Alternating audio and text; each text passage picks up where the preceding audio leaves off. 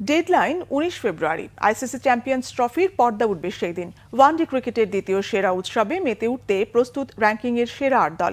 তার আগে বাংলাদেশ, আফগানিস্তান, নিউজিল্যান্ড এবং দক্ষিণ আফ্রিকা প্রস্তুতি ম্যাচ খেলে নিজেদের ঝালিয়ে নিতে যাচ্ছে। চ্যাম্পিয়ন্স ট্রফির নবম আসর শুরুর আগে প্রস্তুতি বা ওয়ার্ম আপ ম্যাচ খেলার সুযোগ প্রথমে রাখা হয়নি।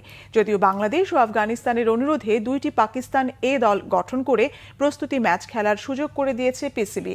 ৮ দলের মধ্যে Pakistan, Bharat, England, Australia match খেলার মধ্যে থাকায় তারা কোনো প্রস্তুতি ম্যাচ খেলছে না। সেখানে বাংলাদেশ দল বিপিএল খেলেছে টি-20 ফরম্যাটে। ফলে ওয়ানডে ফরম্যাটে ফিরতে নাজমুল শান্তদের ওয়ার্ম আপ ম্যাচ এখন গুরুত্বপূর্ণ। টুর্নামেন্টের দ্বিতীয় দিনে ২০ ফেব্রুয়ারি দুবাইয়ে ভারতের বিপক্ষে ম্যাচ দিয়ে এই মিশন শুরু করবে Bangladesh.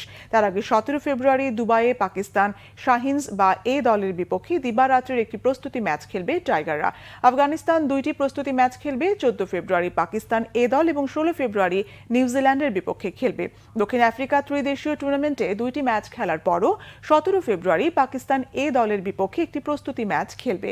Bangladesh coach Phil Simmons Champions ট্রফির প্রস্তুতিতে ম্যাচ খেলার ঘাটতির কথা বলেছেন। যদিও অধিনায়ক নাজমুল হাসান শান্ত জানিয়েছেন, বিপিএল এ খেলার মধ্যে থাকায় ফর্মের পরিবর্তন হলেও তার বড় প্রভাব পড়বে না দলের ওপর।